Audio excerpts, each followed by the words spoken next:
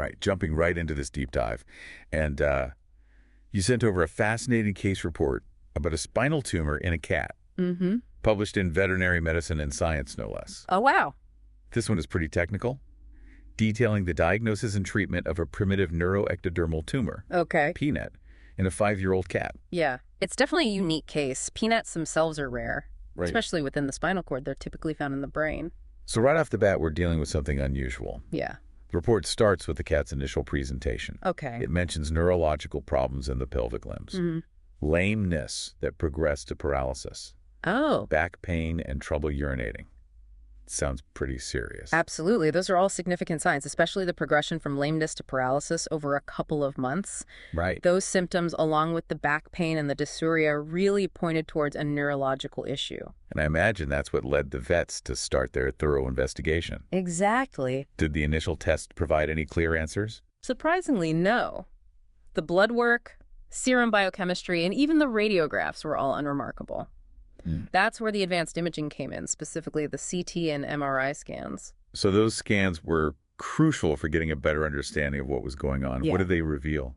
Well, the CT scan of the spine, thorax, and abdomen didn't show any tumors, metastases, or aortic embolization. There was no osteolysis either. However, the MRI showed a mass located caudal to the L4 vertebra. Okay, so a mass in the lumbar spine. That definitely sounds like a red flag. Yes. Did the MRI provide any more details about this mass, like its origin or how it was affecting the surrounding tissue? The MRI showed suspected hemorrhage at the cranial aspect of the mass, which is a noteworthy detail. Interestingly, there was no evidence of the tumor spreading beyond the spinal cord itself. So we have a mass, likely a tumor, with bleeding, and it's contained within the spinal cord. Yeah. This is all starting to sound pretty complicated. It definitely is. And the fact that it turned out to be a PNET makes it even more unusual. Yeah. Remember, these tumors are malignant and very rarely found in the spinal cord. Yeah.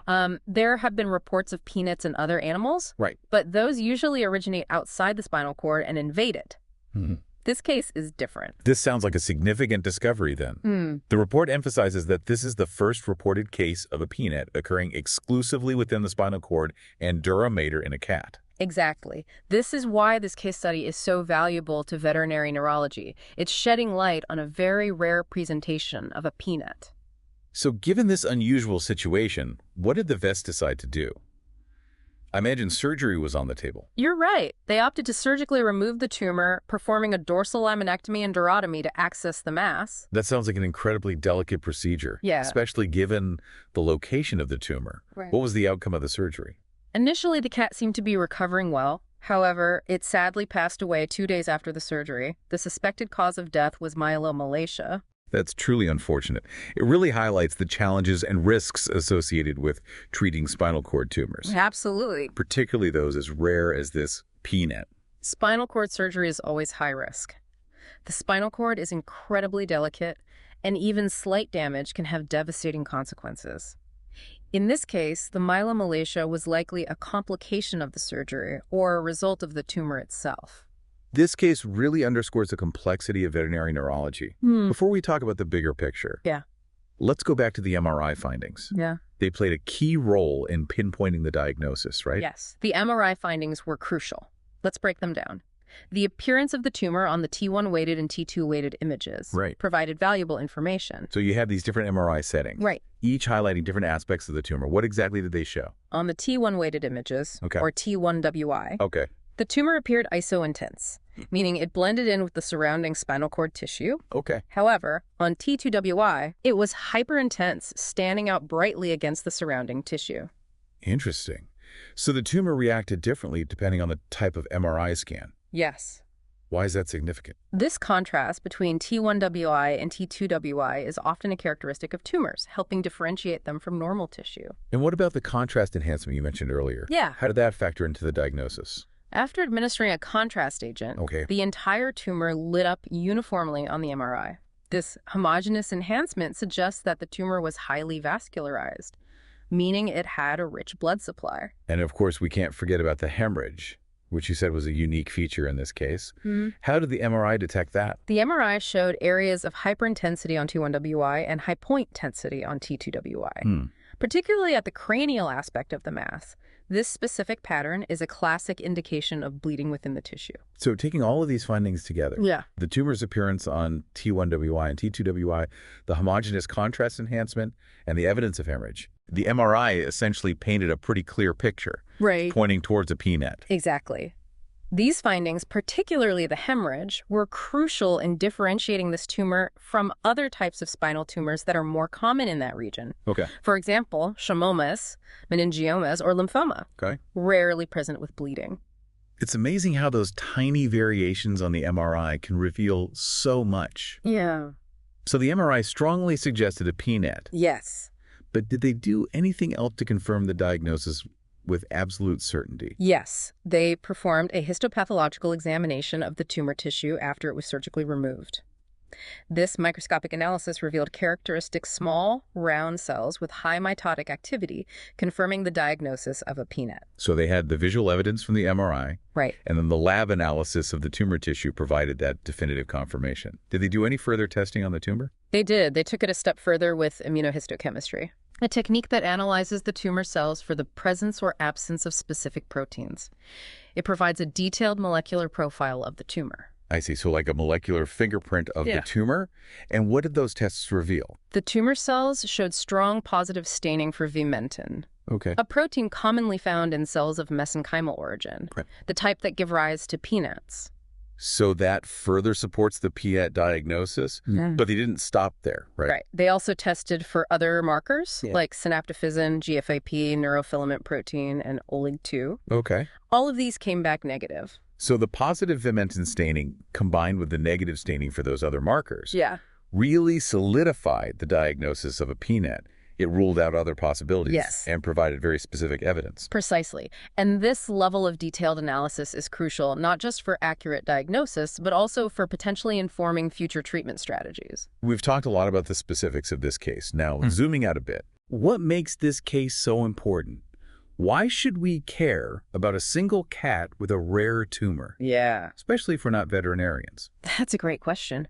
Remember, PNETs in the spinal cord are exceptionally rare in cats. This is the first documented case of its kind.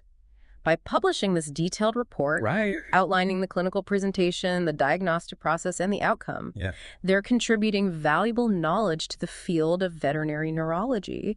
This case could help other vets facing similar unusual cases in the future. So it's almost like a roadmap for other vets who might encounter this incredibly rare condition. Exactly. This case could help them recognize the signs earlier. Yes. And maybe even lead to better treatment options for other cats down the line. Yeah, and that's the power of meticulous documentation and research in veterinary medicine. Every case, especially those involving rare conditions, contributes to our overall understanding and ultimately helps improve the lives of animals. This deep dive has certainly highlighted the complexities of veterinary neurology. But it also raises a crucial question.